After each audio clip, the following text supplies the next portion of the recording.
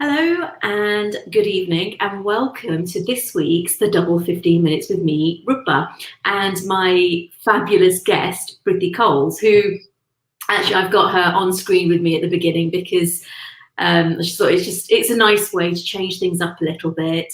So I hope everyone's feeling great. I will, if you're joining us live, thank you. Just please put in the comments where you're watching from, because we're streaming live across Facebook, YouTube, as well as LinkedIn. So yeah, share your comments with us. Let us know where you're watching from. And I think today is a weird day, isn't it, Brittany? Because we should have really been out of complete lockdown, shouldn't we, today? Yeah, that's right. Yes, so we're just kind of back in limbo land at the minute. Yeah, very much so. I think it's just been the last year and a half has been like that. So before, let's actually let me introduce Brittany to you all. So Brittany is a TRE provider, a craniosacral therapist, as well as an angel Reiki healer, a life coach, and just an absolutely wonderful, wonderful, kind-hearted woman. And I'm very, very blessed to be able to call her a friend. But before we start, I mean, I know there's so many different modalities of healing, and one of the ones that you specialise is in TRE, which is tension, trauma, tension release. Can you just explain a little bit more? When people think about tension and trauma, a lot of the time we'll think of an event that's occurred that has maybe just discombobulated our emotions, but what are the deep-rooted effects of tension and trauma on the body? So trauma is anything that enables the body's ability to cope. So it isn't always, tragic events. It can be, small events that carry on day after day, and the tension and the stress just builds up and builds up. So when you hold that tension deep inside the body, your body just actually becomes rigid, and you start to suffer from all kinds of inflammatory illnesses. There can be guilt, there can be IBS, there can be, anxiety, depression, insomnia, headaches, fibromyalgia, anything really that debilitates you is caused, in the body through holding on to tension and trauma. So with TRE, and thank you for that explanation, because I think it's always great to get a little bit of clarity around it. But more specifically, when we're talking about TRE, because you work in a very specific manner, don't you, when you're working with your clients with TRE. So what is different about TRE than, say, I don't know, counselling? How does it differ?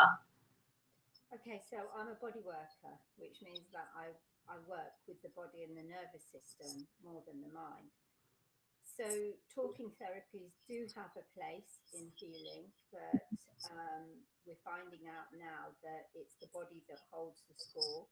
So any kind of trauma that happens to you, it leaves an imprint on the body. So I don't use talking therapies, and the beauty with TRE is that for a lot of people, they can't go back to the trauma because all you're doing is re-traumatizing yourself. Whereas with the TRE, you don't need to confront anything, and you don't need to really know what your body's releasing. And so, somebody will come in and we'll start the therapy off. If anything comes up for them and they want to speak, that's absolutely fine, because I hold the space for them. But if they don't want to talk and they just want to release, whether it's by, crying, shaking, or, just holding still, and just being in that safe place, creating safety for them, that's when they start to let go of what they're holding on to, that is, making them feel stuck, rigid, tight, unable to move forward in their life. Which, I mean, I think, over the last year and a half, I think so many people have suffered varying degrees of trauma. So from losing loved ones to COVID, to losing jobs because of COVID, etc. But what is the science behind TRE?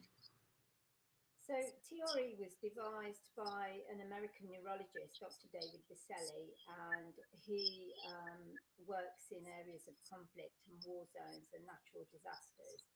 And what he realised was that whilst we're sending out aid, monetary aid to all these areas, we don't actually send out any therapists to help people get over the shock and the trauma. And being a neurologist and working with the nervous system, he recognised that there's a reflex that we all have inside of us that we've forgotten how to use. So he devised 7 very simple exercises that help you to reignite this reflex, and it puts your body into a very gentle neurogenic tremor.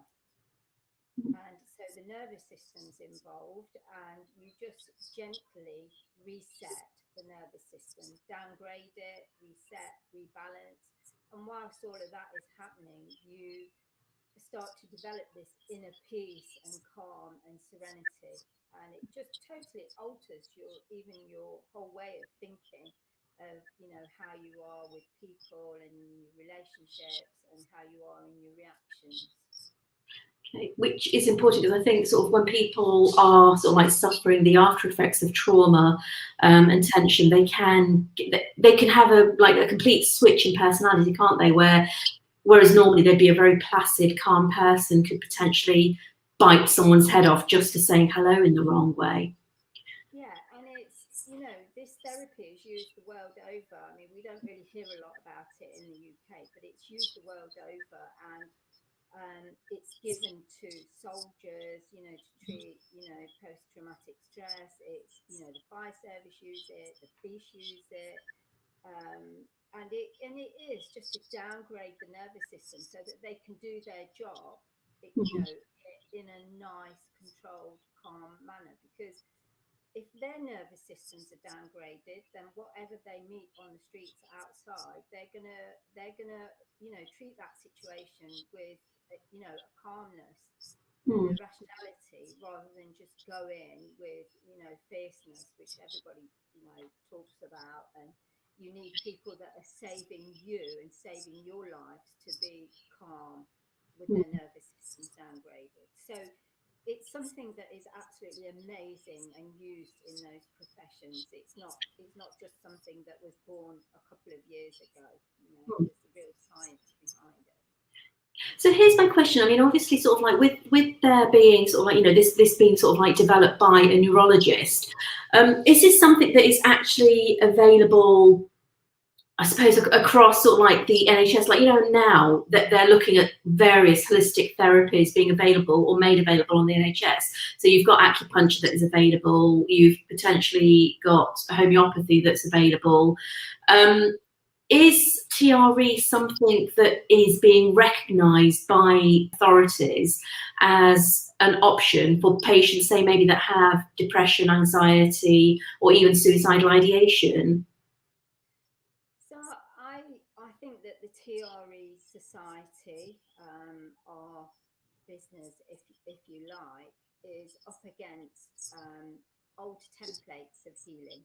So there's still that, thing that only talking therapies help you to heal. So the governing body for TRE are doing quite a lot of research and funding. It's a non-profit organisation, by the way, to try and get into various health authorities, to do show and tells, to get in with employers and stuff, and to show you a new radical way of healing, one that works. So we are kind of up against it, and that's why I do quite a few show and tells and do things like this interview. It's just to tell people that we've got this ability to heal ourselves, and we don't always have to look outside for the answers, because we've just forgotten how to heal. But we're all born with this innate healing ability. And so what TRE workers and body workers do is we just help you to reignite that. And we always say one of the catch lines is TRE is you healing you. Which, yeah, I mean, to be honest with you, I've had a few sessions with you, and I can honestly sort of like vouch from my own perspective that it's worked wonders for me. So we've had a few people that have joined us. We've had Nehal joining us. So hey, Nehal. Sanjay has joined us. Christopher's joined us. Sarah Dean's joined us. Sarah, thank you. Sarah's saying that she can't hear you, but I don't know whether, because I can hear you perfectly well. So maybe it's I don't know why, but yeah, that's fine. If we get any more comments saying they can't hear you, we'll have to readjust. But going back to TRE, and you said something earlier about you hold space. Now we hear, especially being within sort of like, the alternative therapies, as they call it, because it's all like I'm within NLP, we always hear about holding space, but what exactly is holding space? And how do you hold space for someone? So for me, first of all, it's a privilege for me to hold the space for somebody else. And the way I do that is to provide a space and thoughts and vibrations around them where there is total equanimity. So there's no judgment, okay? And when I see a client, there's no I'm up there and they're down there. We're just working on a level playing field. And holding the space means that because we work with the nervous system, their nervous system starts listening to my nervous system. So if I'm grounded and regulating myself, their nervous system will be able to pick up that it's actually safe for me to be how I need to be. So that really is my definition, is holding the space for them. So it's creating safety for them to unfold and unburden. So you see, that's interesting. You say that about sort of like, your client picking up on your nervous system, and if you're not grounded, they'll pick that agitation up, and that's very animal instinct, isn't it? So that's because at the end of the day, even though yes, we're humans, we also do have the animal instinct in us, and we do tend to pick up other people's energies around us. So is that what you mean when you talk about your nervous system? Yeah, definitely. But I think it goes a little bit deeper than energy. Just using the word energy doesn't seem to define it enough. If you work with your heart center, the thoughts that you have in your heart center and the vibrations that you send out don't stop from here to this computer. They go out for about 20 miles. So however you are as a person, somebody else's nervous system will pick that up. So is it energy? I don't know. I don't really know how to phrase it, but I just know that the vibrations that you hold yourself can come out and meet another nervous system and then calm that nervous system. No, I completely understand that. So, I mean, I know sort of like bearing in mind, we've got confidentiality, but, are there any sort of like particular clients that you've worked with that really stand out to you in terms of how they were when they came to you? What, if you're able to tell us sort of like, an outline of what you did and what that actually meant to them moving forward with their lives? So in general, I see a lot of clients that feel worthless and don't feel worthy of having love or being able to give love, and they just feel that their life is over, and maybe they've had different things happen to them in the work spectrum, as well as having childhoods where they felt abandoned and unloved. So past couple of years, I've worked with quite a lot of people that have been suicidal, and doing TRE in the first instance. One session usually is so transformative, and it's made them realize that actually they don't want to die, and they have got something to offer the world, not just the people around them, but they have this special something themselves that they can be proud of themselves. So seeing people heal for me is the important thing. I know I've done my job when I can turn someone around. It's a real privilege, and yeah, the suicide thing is really sad Mm. to see people that. So I'm a soul coach as well. So I do embodied wellness, and that the wellness coaching is totally different to another kind of coaching. Mm. But when you see people come in and you see their soul, I work with the soul.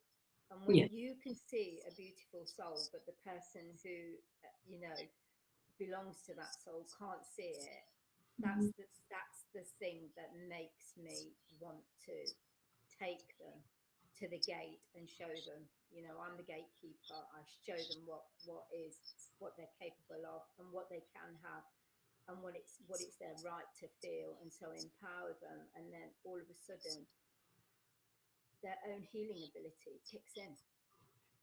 And that's what you mean by, and that's such a beautiful gift to be able to give to someone, especially like, we know that in terms of, we were talking about mental health, there's been such an increase in sort of like, I don't know if it's an increase in the numbers of people suffering with mental health issues, or whether it's just that people are now feeling a little bit more empowered to talk about being depressed or feeling anxious or having PTSD, etc. The people are sort of like maybe being a lot more open about it and slowly removing the stigma. But what a privilege to actually allow, to actually help someone see what is within them, because that's one of the things, isn't it? Because I think when somebody is in deep depression, they are suicidal, because a lot of people that have depression, their first thought isn't, oh, let me go and commit suicide. It's like they have to really be on the edge and not see any way out for them to feel that that is the only way out. And that's an awful place to be. And as humans, surely we need to find a way of holding, like you said, holding space without judgment to help people. The reason why someone can get into that kind of turmoil Mm. is because they start to disassociate. Mm. So they start to disassociate from feelings that hurt them, from situations that they just don't want to deal with. And the more disassociation you do, the less feeling that you have, the more you think it's easier for you just to end your life and call Mm. it a day. And it stops them thinking about, and I'm saying this with love, people that do take their own lives, the last thing they think about is the mess that they're leaving behind. But they're not in a position to think about anything other than, you know, Association. yeah. Yeah. And it's a horrible place to be. It's an awful place. Severe depression with suicidal ideation it's one of the most traumatic places one can be.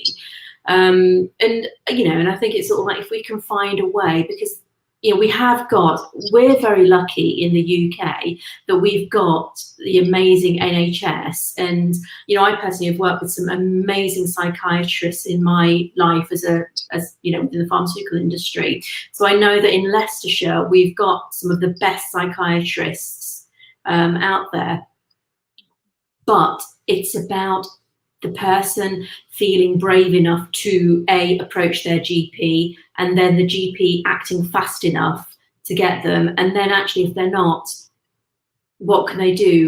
They can find somebody like you to actually help them try and move forward. Yeah, and I think, the NHS is overwhelmed all the time, and the first thing, they've got to find the courage to actually admit that there's a problem. When Mm. they get there, they usually, I know lots of people that have gone to the GPs have offered counselling, and it's like an 8 to 10 week wait, Mm.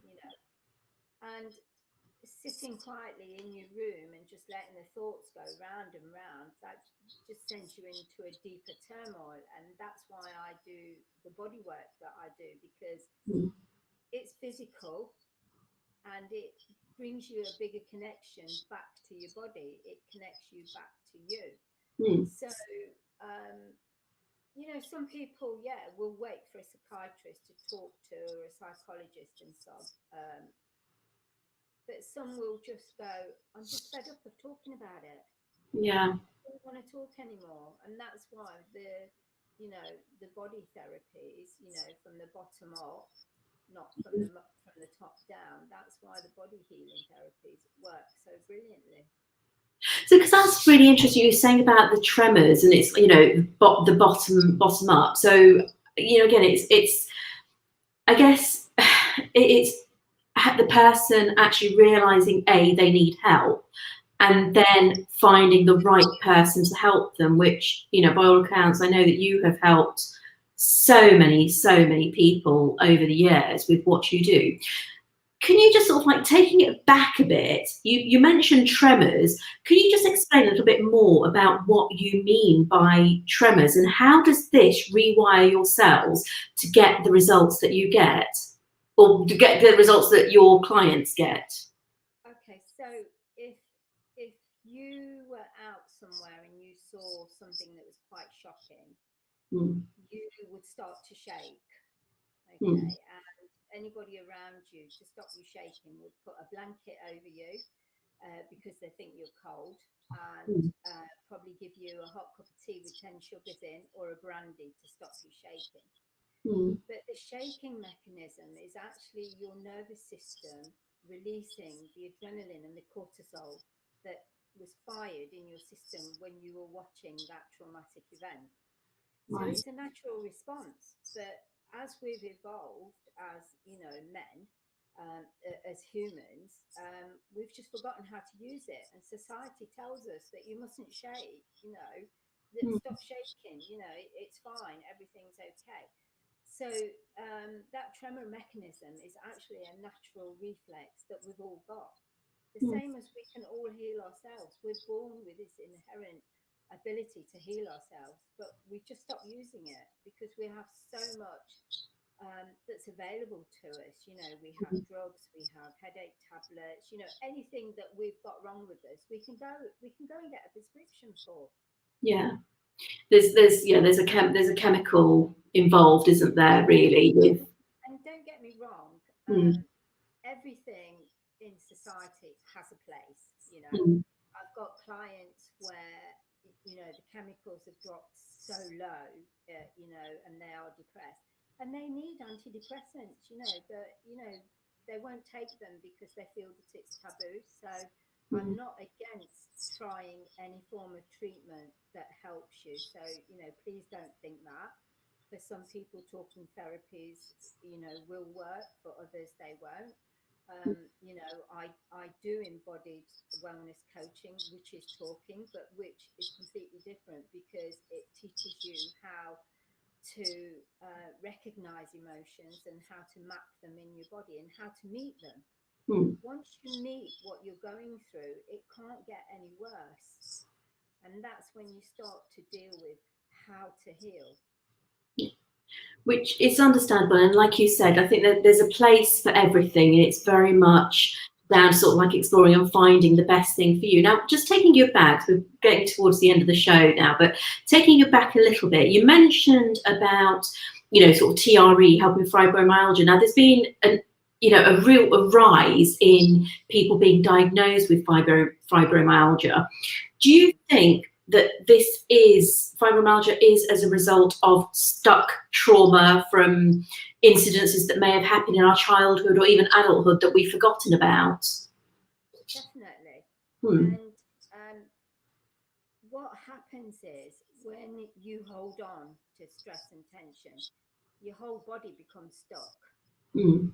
And so it's almost like your muscles go into a spasm and they just stay there. And then as the muscle starts to release, there's all the crystals and the adrenaline and the cortisol that's all in your tissues and stuff.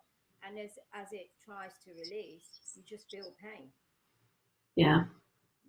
So anything like fibromyalgia and any inflammatory disease is caused by holding on to tension and stress. Hmm. You just never know the damage that goes on internally. I think Gabor Mate, he says this amazing quote about trauma is not what happens to you, it's Hmm. what happens inside of you. from what has happened to you on the outside, Mm. and that is the best way to look at trauma and how to try and get a little bit of confidence in wanting to release it and let it go. Yeah. And the worst thing that people do when they're trying to heal is sometimes they just can't get past the fact of judging themselves. Mm. And so when I can create that safety for them and tell them that they don't need to judge themselves, that's a hurdle in itself. A huge hurdle, because I mean sometimes that judgment actually isn't coming from their own internal voice, it's coming from the voices of those external to them that they've just, I suppose, embraced as their own. Very quickly, obviously we've had quite a turbulent year and a half with with COVID, with all the the fear, well, I don't need to go on about it, everybody knows it now. There have been a number of people that have actually lost loved ones. Is TRE something that can actually help people with grief? Because there are so many people that are grieving for lost time. They've lost loved ones. They've lost jobs. How can TRE help with that? So, well, I mean, grief's an amazing subject, isn't it? Mm. I mean, just fill about 10 hours with that. Yeah. But every kind of loss, whether it's work, whether it's a loved one, has grief attached to it. Mm. They always say, when there was great love, that's why there is such grief, such a lot of grief. And when you're grieving, your nervous system is quite upset, and it's always in that fight and flight mode. So what TRE does, it just downgrades it for you, helps you to feel calmer, and also just it gives you a new way of thinking, and when you're in the room, it's not just a TRE, because I'm going back to holding the space for you. Mm. We talk a lot about grief and how people say time's a great healer. But do you know what? It isn't really the time. It's just the fact that when you're working with a wellness coach, I teach you that you haven't got to get over it. There's nothing for you to get over. It's more about acceptance and going with the flow of all the emotions that grief, any kind of grief, brings you. Mm. Meeting those emotions and then settling back down, to what is safety. So TRE is amazing. It's just amazing. It's transformative, and cranial therapy as well. It is life changing. It's so gentle. It's so profound, and it's all about resetting, rebalancing, and renewing the nervous system. And that's why I love doing the therapies, because you're healing from the inside out, not the outside in. Yeah, and it completely shows, because I mean I can vouch for it with my sciatica, and I did come to you, and sort of like after sort of like chronic pain for 10 months, it was just amazing, sort of within a few weeks of being completely pain free. So I can't thank you enough for that. But Brittany, we are sadly out of time, and we could talk for hours on this. Now, if people want to get hold of you and they want to have a session with you, how can people get hold of you? Okay, so I've got a website, so prettycoles.co.uk, and that's linked to the TRE website as well. I'm on Facebook as Pretty Coles, and then I have Pretty Coles Craniosacral Therapy page and a TRE page as well. Okay, so to find you, and you're on Instagram as well, aren't you? And Twitter. I'm on Instagram, and I'm quite lucky, really. If you just put in Pretty Coles, I'm usually the first one that comes up. Yeah. Okay, brilliant. Well, it's like, for those of you that have seen the ad, you'll see that I have tagged Brittany on it, but in all of the posts. But honestly, Brittany, thank you so much for joining me today, and to just giving us I mean, we've literally just touched the tip of the iceberg with TRE. We didn't really touch craniosacral, but maybe we can save that for another session, because I think it'll be interesting to talk about craniosacral on a separate, on a separate occasion. So maybe we can get you back in a few months and talk about that. Any kind of healing and helping people is, worth talking about, isn't it? And just Absolutely. having that gift to share it. And thank you for inviting me on, and I hope to see you soon. You most certainly will. So yeah, I just want to say thank you everybody who's tuned in, that's watched it live. If you are watching this back, then, you know, again, please just, if you've got any comments or questions for Brittany, please post them in the comment section, and we'll forward them on to Brittany to answer any questions for you. And if you do want or book a session with her, then Brittany Coles, she's on Facebook, Instagram and Twitter. You can also find her on LinkedIn as well. And before we go, I'm going to do a quick cheeky plug, because I have, for those of you who know me, I have actually released my very first book, Fireflies and Shooting Stars. It's a collection, volume 1, collection of poems, poems using some prose that I've been writing since probably about 2011. So yeah, available on Amazon, paperback and Kindle. So yeah, do go out and get yourself a copy. But Brittany, thank you so much. And just to everybody to say that we will be back on the 5th of July, 8 p.m. Monday evening. So with the show, as you know, it's gone to fortnightly rather than weekly, and it is on a Monday. So a few other people. So Rupa, Joshi has joined us, my auntie, and my dad, Vinod, has joined us as well. Hi, Dad. So, yeah, bless him. So thank you, Brittany. Thank you again so much for joining me. And, you know, any final words for everybody? Just keep moving forward. Don't give up. You know, the help is out there for you. It doesn't just have to be me. There's a lot of you know, really good healers out there that can help you. First step is just to reach out, and don't judge yourselves. You know, we've all got a story, and you can be happy and you can be empowered. So yeah, just be well. That is beautiful. So remove the judgment and have the courage to step forward. So there you go. Brittany, thank you, and thank you everybody for watching and watching this back. So thank you, Namaste, and we'll see you soon. Okay, bye. Bye.